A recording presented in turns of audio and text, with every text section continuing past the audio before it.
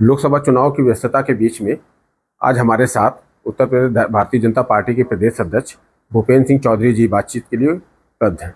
उन्होंने तमाम मुद्दों पे चुनाव में रणनीति पार्टी की, चुनाव में क्या मुद्दे हैं, विपक्ष किस तरह से अपने चुनाव का भाजपा उसको कैसे निपटने के लिए क्या कर रही है, उस पर विस्तार से हमसे बातचीत की। चौधरी साहब, 4 चरण का चुनाव हो चुका है, 5वें चरण का होने वाला है। आपका सरकार और संगठन में दोनों में बड़ा लंबा अनुभव है। 4 चरणों के मतदान के बाद एनडीए की क्या स्थिति आप पाते हैं? 4 चरणों में लगभग 39 सीटों पर चुनाव मतदान संपन्न हो चुका है और भारतीय जनता पार्टी हमारे गठबंधन के सहयोगी दलों के साथ मिलकर हम लोग मोदी जी के नेतृत्व में चुनाव लड़ रहे हैं और हमारा एजेंडा डेवलपमेंट का है, सुरक्षा का है और जो काम हम लोगों ने किए हैं पिछले 10 वर्षों में हमारी सरकार, उन कामों का पूरा लेखा जोखा लेकर, रिपोर्ट कार्ड लेकर हम लगातार जनता के बीच में, और जिस प्रकार का रेस्पॉन्स है नीचे से और जिस प्रकार से का मोदी जी और योगी जी के प्रति लोगों का विश्वास है, उसके आधार पर मैं निश्चित रूप से कह सकता हूं कि बीजेपी का जो संकल्प है, माननीय प्रधानमंत्री जी का जो संकल्प है, उत्तर प्रदेश की महान जनता उसे पूरा करेगी। जी, आप पूरे मिशन 80 का मिशन लेके चले थे और आज ही की प्रेस कॉन्फ्रेंस में खड़गे साहब और अखिलेश यादव जी की अभी प्रेस कॉन्फ्रेंस थी। उन्होंने, जहाँ तक उत्तर प्रदेश की बात है, वो कह रहे कि जो हमारा गठबंधन है वो 70 सीटें पाएगा, भाजपा तो 10 पे सिमट जाएगी। पिछले 5 वर्ष में जो कांग्रेस के वरिष्ठ नेता हैं राहुल गांधी जी, अमेठी में चुनाव हारने के बाद वायनाड चले गए, वायनाड के बाद अमेठी आ गए। एक दिन उपस्थिति उनकी 5 सालों में रायबरेली अमेठी में नहीं है। श्रीमती सोनिया गांधी जी कांग्रेस की बड़ी नेता हैं, राष्ट्रीय अध्यक्ष रही हैं, वर्तमान सांसद हैं रायबरेली से। चुनाव जीतने के बाद एक दिन भी उपस्थिति उनकी रायबरेली में नहीं है। तो प्रदेश की जनता, अमेठी रायबरेली की जनता, इनके चाल चरित्र को सब जानती है। ये लोग निगेटिव एजेंडा सेट करके लोग इनकी उपस्थिति पर इनके पिछले कार्यकाल के बारे में प्रश्न खड़े ना करें, इसलिए इस प्रकार की बयानबाजी जनता को भ्रमित करने की है।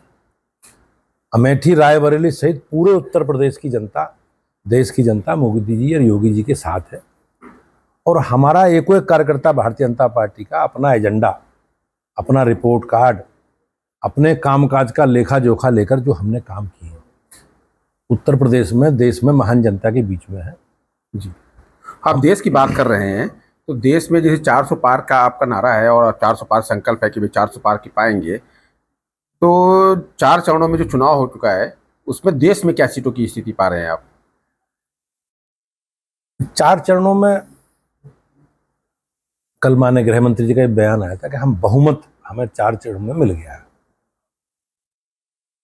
नीचे से हमारा भी अपना इंटरनल सर्वे होता है, पार्टी का कार्यकर्ताओं से बातचीत होती है, भारतीय जनता पार्टी का संगठन बूथ तक है। तो हम लोगों ने जो नीचे स्तर पर बातचीत की है, वो उसके आधार पर मैं निश्चित रूप से कह सकता हूं कि परिणाम हमारे अनुकूल है और बाकी 4 जून तक हम सबको इंतजार करना चाहिए। तो ये अखिलेश, जहाँ तक देश की बात होती है तो वो कहते हैं कि 400 पार नहीं, 400 हार की बात करते हैं। वो कहें ये सब तो ऐसे कह रहे हैं। अब ये इनकी जुमलेबाजी है और इस प्रकार की भाषा बोल करके ये लोग जनता के मुद्दों से ध्यान हटाने की कोशिश कर रहे हैं। उत्तर प्रदेश की बात करते हैं तो उत्तर प्रदेश में मोदी जी के साथ साथ योगी जी की सरकार है, जो डबल इंजन की सरकार है, उसकी इस चुनाव में कितनी बड़ी भूमिका मान रहे हैं आप? नहीं, आप अगर देखेंगे तो जिस प्रकार से कांग्रेस की सरकारों के समय भ्रष्टाचार होते थे, रोज नए स्कैम होते थे, मंत्रिमंडल के लोग जेल जाते थे और कांग्रेस के समय सारी इनकी योजनाएं गरीब कल्याण के लिए सब भ्रष्टाचार की भेंट चढ़ती थी। कांग्रेस के लोग आज जो बड़ी बड़ी बातें करते हैं, इनके समय गरीब सबसे ज्यादा गरीबी की रेखा के नीचे चला गया, गरीबी बढ़ती चली गई इनकी। लेकिन हमारी सरकार में माननीय प्रधानमंत्री जी के नेतृत्व में बड़ी संख्या में लोग गरीबी रेखा के से ऊपर आए हैं, और निश्चित रूप से उसके पीछे बड़ी कारण हमारी सरकार की योजनाएं हैं, लाभार्थी परक योजनाएं हैं, गरीब कल्याण की योजनाएं हैं। चाहे प्रधानमंत्री आवास योजना के तहत बड़ी संख्या में आवास दिए गए हैं, चाहे प्रधानमंत्री किसान सम्मान निधि से जुड़े विषय हों। हमारी राज्य सरकार ने भी बिजली, पानी, सड़क, शिक्षा, स्वास्थ्य, सुरक्षा सब पर बहुत अच्छा काम किया। और मैं निश्चित रूप से कह सकता हूँ आज बदलता हुआ उत्तर प्रदेश और बदलता हुआ भारत हमारे आपके सबके सामने है। आज भारत दुनिया की 5वीं बड़ी अर्थव्यवस्था है। उत्तर प्रदेश महाराष्ट्र के बाद सबसे बड़ी अर्थव्यवस्था है। जो उत्तर प्रदेश बीमारू राज्य के रूप में जिसकी गिनती होती थी, आज उत्तर प्रदेश में योगी जी के कानून व्यवस्था के मॉडल की चर्चा सर्वत्र दुनिया में होती है। उनके समय हमेशा किस प्रकार की अराजकता, गुंडागर्दी, बेईमानी, भ्रष्टाचार और माफिया जमीनों पर कब्जे, महिलाओं के साथ अत्याचार, महिला उत्पीड़न की घटनाएं जिस प्रकार से होती थी, उत्तर प्रदेश उसे भूला नहीं। पूरा प्रदेश दंगाइयों के हवाले था और सरकारें दंगाइयों के साथ खड़ी रहती। आज कहीं आप अगर देखेंगे तो हमारी सरकार ने बिजली, पानी, सड़क, शिक्षा, स्वास्थ्य, सुरक्षा सब पर बहुत अच्छा काम किया है। हमारी सरकार आज हमने बेहतर सड़कें दी हैं। हमारी सरकार ने प्रधानमंत्री किसान सम्मान निधि के तहत बड़ी संख्या में किसानों को उससे आच्छादित करने का काम किया। तो मैं निश्चित रूप से, अब बिजली का एक विषय था, बिजली के वितरण में वीआईपी कल्चर लागू होता था, कुछ जिलों में बिजली मिलती थी। हमारी सरकार आने के बाद एक भी जिले में कोई बिजली के लिए आंदोलन नहीं हुआ। हमारी सरकार किसानों को बिजली उपलब्ध करा रही है और उपलब्धता के साथ निःशुल्क बिजली उपलब्ध करा रही है, एक बहुत बड़ी घटना। जी, ये करने मतदान की जब बात करें, चूंकि 4 चरणों का मतदान हो चुका है, तो पिछली बार से कोई मतदान थोड़ा कम ही हो रहा है, ज़्यादा नहीं हो पाया है। इसका क्या मतलब निकाला जाए और आपके असर से मतदान लोग ज़्यादा लोग मतदान करें? हमारे लोकतंत्र में हमारा संविधान हमें ये अवसर देता है कि हम आने वाले 5 साल तक देश के विकास के लिए, देश की सुरक्षा के लिए काम करने वाली सरकार चुने। तो लोकतंत्र में ये अधिकार जनता का है। आपने देखा जिस प्रकार से विपक्ष ने नकारात्मक प्रचार किया सोशल मीडिया के माध्यम से, मीडिया के माध्यम से, उनकी उपस्थिति जनता में, समाज में नहीं, और वो केवल एक विशेष वर्ग को डराकर, भयभीत करके वोट लेते रहे। लेकिन उत्तर प्रदेश की जनता, सब लोग अब सजग हैं और कांग्रेस का, समाजवादी पार्टी का चेहरा बेनकाब हो चुका है।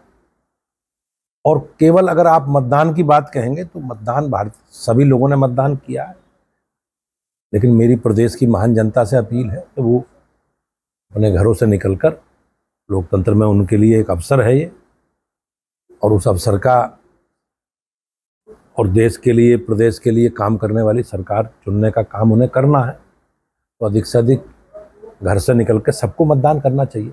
पिछले चुनाव में, 2019 के चुनाव में कांग्रेस एक सीट पे रह गई थी, रायबरेली पे। तो क्या इस बार भाजपा ये मान के चल रही है कि कांग्रेस मुक्त उत्तर प्रदेश होने वाला है?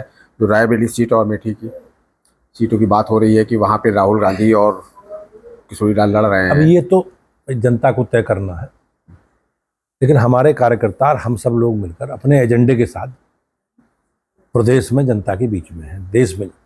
रायबरेली भी उसमें है, अमेठी भी उसमें है। जिस प्रकार से इन लोगों ने लोगों को ठगने का काम किया, धोखा देने का काम किया, तो जनता सजग है, सब जानती है। अब सोनिया गांधी, श्रीमती सोनिया गांधी 2019 से एक बार भी लोकसभा चुनाव के बाद नहीं है। राहुल गांधी 2019 के बाद एक दिन क्षेत्र में नहीं आए। भारतीय जनता पार्टी के हमारे पदाधिकारी, कार्यकर्ता, हमारे नेता आदरणीय स्मृति ईरानी जी लगातार जनता के बीच में सक्रिय रहे हैं। आज अमेठी और रायबरेली भी, बदलता हुआ रायबरेली और अमेठी आपके सामने है और जनता सजग है। इन लोगों के लिए कोई संभावना बची नहीं है, इसीलिए ये नकारात्मक बातें करके, नकारात्मक एजेंडा सेट करके अपने राजनीतिक रोटी सेकना चाहते हैं। लेकिन जनता सजग है और जनता का विश्वास मोदी जी और योगी जी के साथ है। समाजवादी पार्टी ने एक परिवार के कितने लोग चुनाव लड़ रहे हैं, अब जाति में भी बाकी कोई और लोग बचे नहीं उनके लड़ने वाले। कांग्रेस भी परिवार से आगे बढ़ नहीं पा रही। तो निश्चित रूप से अब प्रदेश की जनता सजग है, देश की जनता सजग है। हमारे जहां तक विषय, हमारे लिए, हमारी पार्टी के लिए एक कार्यकर्ता का आरक्षण है और हमें हमेशा नेतृत्व करने का काम हमारे कार्यकर्ताओं को मिला है। बंद हो गई। और मुझे विश्वास है कि प्रदेश की जनता का आशीर्वाद मोदी जी को मिलेगा और भारतीय जनता पार्टी का जो हम सबका संकल्प है, उत्तर प्रदेश की महान जनता उसे पूरा करे। जी, आपके साथ जैसे रालोद है, सुभाषपा है, जो इस बार जो क्षेत्रीय दल है पूर्वांचल के खास तौर से, वो पिछली बार सपा के साथ थे लोग विधानसभा चुनाव में, लेकिन उसके बाद सपा सरकार नहीं बना पाई। आज वो आपके साथ खड़े हैं, इससे भाजपा को कितना फायदा देख रहे हैं? कल आपने जनवादी पार्टी को भी शामिल कराया, उनको समर्थन की बात आई है। नहीं, हमारे लिए हमारा क्लियर एजेंडा है डेवलपमेंट का, विकास का और देश और प्रदेश की बेहतरी के लिए। जो भी हमारे साथ काम करना चाहते हैं, हमारे साथ जुड़कर इस देश के, प्रदेश की विकास यात्रा को मोदी जी और योगी जी के नेतृत्व में आगे ले जाना चाहते हैं और हमारी विचारधारा से सहमत है, तो हम सबको साथ लेकर चलेंगे। ये संकल्प हमारा है। जयंत चौधरी जी ने और सुभाषपा ने हमारे साथ आने का निर्णय लिया है। गठबंधन में 2 सीटें हमने जयंत चौधरी जी को दी हैं हमारी पार्टी ने, जी, 1 सीटें सुभाषपा को घोषित दी है और संजय चौहान जी ने हमारे एनडीए को, भारतीय जनता पार्टी के सभी प्रत्याशियों को अपनी पार्टी की ओर से समर्थन का ऐलान किया। मैं उनका स्वागत करता हूं और निश्चित रूप से हम सब लोग मिलकर प्रदेश के विकास के लिए, देश के विकास के लिए काम करेंगे। विपक्षी कह रहे हैं भाजपा राम मंदिर, धार्मिक मुद्दे उठा रही है, बेरोजगारी और महंगाई जैसे मुद्दों को ध्यान भटकाने के लिए ऐसा कर रही है। जहां तक राम मंदिर का विषय है, हमारी सरकार ने 500 वर्ष की संघर्ष के बाद माननीय प्रधानमंत्री जी के प्रयास से, सरकार के प्रयास से और लोगों ने हमें चुना है, राम मंदिर हमारे संकल्प पत्र का हिस्सा रहा है। और 1989 में पालनपुर अधिवेशन में हमने अपने प्रस्ताव में कहा कि हमारी सरकार आएगी तो निश्चित रूप से भगवान श्री राम के जन्म स्थान पर। लेकिन ये समाजवादी पार्टी के लोग और कांग्रेस पार्टी के लोग हमेशा राम मंदिर का निर्माण ना हो, उसके लिए कानूनी रूप से भी, और समाजवादी पार्टी की सरकारों ने अलग जो कार सेवा करने लोग गए उनके नरसंहार करने का काम। कांग्रेस पार्टी ने हमेशा भगवान श्री राम के अस्तित्व को नकार दिया। और आपने देखा होगा कि इनके इंडी गठबंधन के लोग किस प्रकार से दक्षिणी भारत को उत्तर भारत से लड़ाने की बात करते हैं, सनातन के बारे में जिस प्रकार से ये अनावश्यक आपत्तिजनक टिप्पणी करते हैं, और इनके नेता किस प्रकार से हमारे साधु संतों के बारे में, हमारे धर्म गुरुओं के बारे में, और तेलंगाना के मुख्यमंत्री किस प्रकार से उत्तर भारत के लोगों के बारे में। तो ये समाज में जातीय टकराव, तनाव, भाषा के आधार पर विवाद खड़े करके कांग्रेस पार्टी अपना एजेंडा चलाती रही है। लेकिन अब देश सामाजिक सद्भाव, सामाजिक समरसता की ओर आगे बढ़ रहा है और माननीय प्रधानमंत्री जी के नेतृत्व में आज तमिलनाडु से लेकर कश्मीर तक और आप कटक से लेकर कच्छ तक सब जगह भारतीय जनता पार्टी के प्रति मोदी जी की जो कल्याणकारी योजनाएं हैं, विकास की योजनाएं हैं, गरीब कल्याण की योजनाएं हैं, उनके साथ देश खड़ा है। देखिए, अखिलेश कहते हैं कि भाजपा में पिछड़ों का खास तौर से बड़ी उपेक्षा की जाती है, आप पे आरोप लगाते हैं। ये मैंने जैसे कहा, जातिवादी लोग हैं, परिवारवादी लोग हैं। ये सारा जो भी पिछड़ों का अधिकार है, हक है, हकूक है, इन्होंने हमेशा अपनी बिरादरी, अपने परिवार तक सीमित किया जी। आज सर्वाधिक पिछड़ों के हित में अगर काम किया है तो भारतीय जनता पार्टी ने किया है। हमारे जनप्रतिनिधि, हमारे एमएलए, एमपी, पिछड़ा वर्ग आयोग को संवैधानिक दर्जा देने का काम हमारी सरकार ने किया। जी। बसपा के अकेले चुनाव लड़ने से क्या भाजपा को कितना फायदा हो रहा है? नहीं, जब बहुजन समाज पार्टी एक बड़ी राजनीतिक ताकत है प्रदेश में, मायावती जी कई बार राज्य का नेतृत्व उन्होंने किया है, तो नुकसान फायदे का विषय नहीं है जी। वो अपने विचारधारा के आधार पर जनता में अपनी बात कह रहे हैं और हम अपने विचार और अपने काम के आधार पर। और लोकतंत्र में सबको अपनी बात कहने का, सबको जनता के बीच में जाने का अधिकार है। जी। चुनाव में अच्छा विकास और राष्ट्रवाद जो बड़ा मुद्दा है कि सांप्रदायिक ध्रुवीकरण से, मुद्दा हमारा डेवलपमेंट और राष्ट्रवाद का है। हम हमेशा अपने विकास की जो हमने काम किए हैं, हमारे देश में, प्रदेश में जो काम हमारी सरकारों ने किए, वो हमारा एजेंडा है। लेकिन सांप्रदायिक ध्रुवीकरण का काम समाजवादी पार्टी और अखिलेश यादव का। आप किस प्रकार से वोट जिहाद के रूप में, कौन कहता है कि साहब वोट में जिहाद करो? अल्पसंख्यकों को गुमराह करने का काम कौन करता है? आपने देखा होगा जिस प्रकार से कांग्रेस षड्यंत्र करके धार्मिक आधार पर आरक्षण की बात करती है, तो बंटवारे का काम करने का काम सब कांग्रेस कर रही है और कांग्रेस की राज्य सरकारों ने उस पर काम भी किया।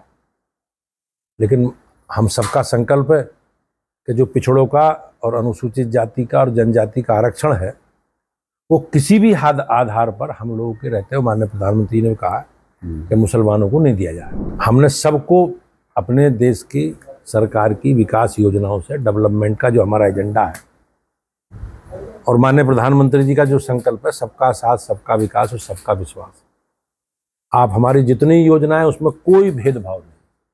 हम देश के 140 करोड़ लोगों के विकास के लिए हमारी सरकार माननीय प्रधानमंत्री जी के नेतृत्व में काम कर रही है।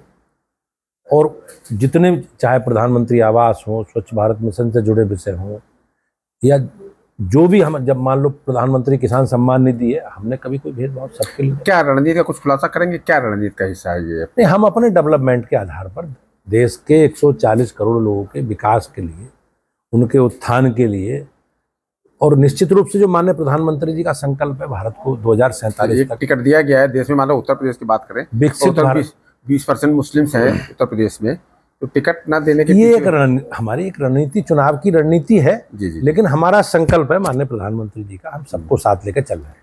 ये लोग किस प्रकार से सरकार की योजनाओं में भेदभाव करते थे, वोट बैंक के रूप में भेदभाव करते थे। समाजवादी पार्टी का समर्थक है, उसे सरकारी योजनाओं का लाभ मिलेगा, जो विरोधी है उन्हें नहीं मिलेगा।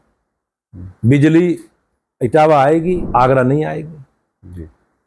रामपुर आएगी, बराबर में मुरादाबाद बिजली नहीं आएगी। तो ये लोग वोट बैंक के रूप में, जिन्होंने सरकारी योजनाओं में भेदभाव किया है और लोगों को वोट बैंक के रूप में इस्तेमाल किया, एक समाज का तुष्टीकरण करने का काम किया है, वो जनता अब सजग है और पूरा देश माननीय प्रधानमंत्री जी के संकल्प के साथ खड़ा है। आपने जो टिकट बंटवारे थे इस बार भाजपा में, कुछ जगह विरोध भी हुआ और आपने कुछ जगह कार्रवाई भी की, विधायक का नोटिस भी दिया आपने, कई जगह छत्तीय समाज की नाराजगी भी देखने को मिली है। तो क्या मतलब उसमें? ये एक लोगों का, विपक्षी लोगों का एक षड्यंत्र है और कांग्रेस का एजेंडा हमेशा समाजवादी पार्टी का जाति के नाम पे, क्षेत्र के नाम पे, भाषा के नाम पे देश को विभाजित करके राजनीति करते रहे। लेकिन पूरा देश सजग है, अब जनता सजग है और इस तरह के षड्यंत्रों में अब जनता आने वाली नहीं है। अच्छा, तो अभी जो वोट है ज़्यादातर जब फील्ड में निकला जाता है, देखा जाता है कई जगह लोग मोदी जी को तो वोट देना चाहते हैं, लेकिन प्रत्याशियों की, उनके पे आम आदमी की नाराजगी दिखाई देती है। आप सब जानते हैं कि चुनाव लोकसभा का चुनाव है और माननीय प्रधानमंत्री का चुनाव लोगों को करना है। तो इस सांसद के रूप में हमें, एक प्रतिनिधि के रूप में मोदी जी के सांसद को चुनना है, लेकिन वो अल्टीमेटली वोट मोदी जी को ही जाना है। तो माननीय प्रधानमंत्री मोदी जी को बनाना है, ये देश की जनता संकल्पित है। और सार्वजनिक जीवन में छोटे मोटे विषय रहते हैं, लेकिन हमारी पूरी पार्टी, हमारा कार्यकर्ता पूरी सजगता के साथ जनता के बीच। क्या आपको नहीं लगता अगर टिकट कई जगह बदल दिए जाते या मतलब चेंज होते तो थोड़ा फायदा होता है नहीं, या ऐसा नाराजगी? ऐसा नहीं है। माननीय प्रधानमंत्री जी के प्रति और भारतीय जनता पार्टी के कार्यकर्ता लगातार अपने कार्यक्रम और अभियानों के माध्यम से हम जनता के बीच में उपस्थिति है हमारी। अच्छा। अब आप देखेंगे कांग्रेस पार्टी की गतिविधि क्या है। समाजवादी पार्टी के चुनाव आ गया, चुनाव के समय अखिलेश यादव जी एसी से बाहर निकल के आए। उनके जो उनके गठबंधन के साथी सहयोगी रहे हैं, आप उनसे उनके बारे में पूछो। बीजेपी में माननीय प्रधानमंत्री जी, माननीय मुख्यमंत्री जी और बीजेपी के बूथ अध्यक्ष ने पिछले 10 वर्षों में 1 घंटे की छुट्टी नहीं ली। हम लगातार जनता के काम, जनता के अपने विकास के काम हैं, हमारे संगठनात्मक विषय हैं, सेवा के काम हैं, और हमारी सरकार की योजनाओं से आम आदमी को किस प्रकार से लाभ मिल सकता है उससे जोड़ के अभी आपने देखा होगा एक विकसित भारत संकल्प यात्रा निकली। तो हमने मोदी जी की गारंटी, जिन लोगों को प्रधानमंत्री आवास नहीं मिले उन्हें प्रधानमंत्री आवास दिए गए, जिन लोगों को स्वच्छ भारत मिशन के तहत शौचालय नहीं मिले उन्हें शौचालय मिले, जिन लोगों को आयुष्मान कार्ड नहीं मिले उन्हें कार्ड मिले। अब तो सरकार ने 70 वर्ष से अधिक लोगों को निःशुल्क चिकित्सा सुविधा की व्यवस्था की है। अब आपके जो संकल्प पत्र में ये बात है, लेकिन जब संकल्प पत्र की बात हो रही तो कांग्रेस के संकल्प पत्र में या उनके मैनिफेस्टो में इस बात को रखा गया कि वो 5 किलो की जगह 10 किलो अनाज देंगे। वो कहते हैं कि हम जो है, आप जैसे लखपति दीदी आपकी है योजना, वो कहते हैं हम एक गरीब महिला को जो है 1 लाख रुपए साल में दिलाएंगे। तो उसका जो प्रभाव है उसको कैसे देखें? ये लोग भ्रष्टाचारी हैं। आपने देखा होगा राशन की व्यवस्था लंबे समय से, लेकिन राशन में कैसे भ्रष्टाचार करते थे, गरीबों का राशन ये सब कांग्रेसी सफाई कैसे खा जाती थी।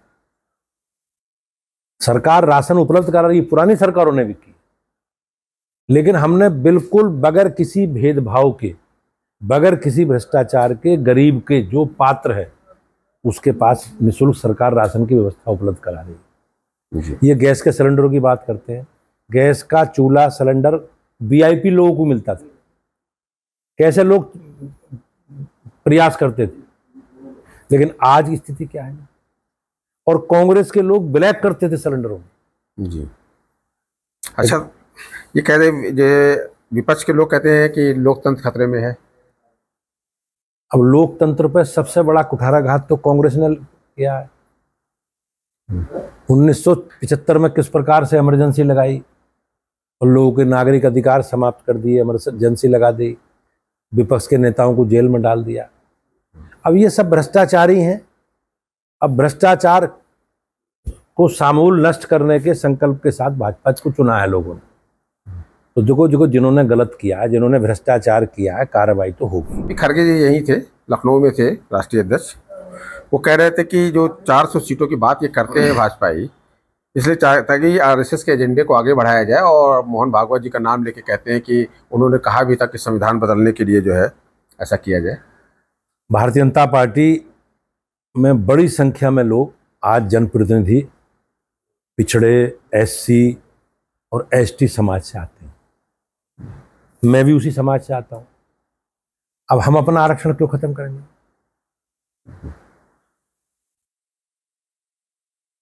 और हम 10 साल से सरकार में हैं माननीय प्रधानमंत्री जी के नेतृत्व में। ये लोग, कांग्रेस के लोग, सबसे ज्यादा संविधान संशोधन करने वाले ये लोग हैं। कश्मीर में आरक्षण की व्यवस्था नहीं थी। बाबा साहब अम्बेडकर ने जो संविधान लिखा उसे पूर्ण रूप से लागू कराने का काम कश्मीर में किसने कराया? जी। तो ये लोग भ्रष्टाचारी हैं और भ्रष्टाचार को छुपाने के लिए अपने परिवार का, अपने घर का कार्य, लोगों को भ्रमित करने का काम कर रहे हैं। लेकिन प्रदेश और देश की जनता इनके चरित्र धर्म के आधार पर आरक्षण की बात वो करते हैं बार बार। एक तरफ आरक्षण खत्म करने की बात है और धर्म के आधार पर आरक्षण, आपने पहले भी थोड़ा सा बताया है। आपने देखा ये इनके कांग्रेस के एजेंडे में, जबकि हमारे संविधान में मूल भावना में धार्मिक आधार पर आरक्षण नहीं है। जी। कांग्रेस ने अपने कई घोषणा पत्रों में इस प्रकार की ओर इशारा किया है और उनकी राज्य सरकारों ने इस पर काम भी किया। लेकिन भारतीय जनता पार्टी संविधान की मूल भावना से कोई छेड़छाड़ नहीं होने देगी और कांग्रेस का जो एजेंडा है धार्मिक आधार पर मुसलमानों को आरक्षण देने का, उसे पूरा नहीं होगा। ये बात आ रही है कि सेना में जो भर्ती की अग्निपथ योजना है उसको खत्म करने की बात कर रही है कांग्रेस, और सपा भी कर रही है कि अगर हमारी सरकार बनेगी तो हम करेंगे। अब ये तो इनसे पूछो कि सरकार बनेगी नहीं बनेगी, ये, लेकिन कांग्रेस पे लोगों को विश्वास नहीं है। जनता सब जानती है हमारी सरकार ने जनता के हित में, लोगों के हित में ये सब निर्णय किए हैं और हम अपने निर्णयों पर कायम। आप सबसे बड़ी बात क्या मानते हैं, जो सबसे मुख्य मुद्दा क्या है और सबसे बड़ी योजना जो आपके संकल्प पत्र की, जिससे जनता आपके भाजपा को वोट दे? सबसे बड़ा मुद्दा भ्रष्टाचार है, बेईमान ही है, डेवलपमेंट है और हमारी गरीब कल्याण की योजनाएं हैं।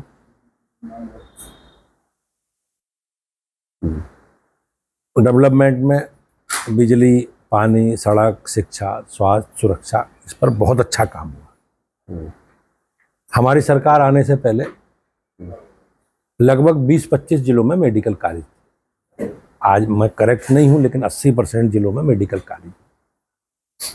हमारी सरकार आने से पहले केवल 12 कमिश्नरियों में, हेडक्वार्टरों में सरकारी विश्वविद्यालय। हमारी सरकार आने के बाद 6 वर्षों में, 7 वर्षों में या 10 वर्षों में कहें तो 7 नए विश्वविद्यालय हमने खोले।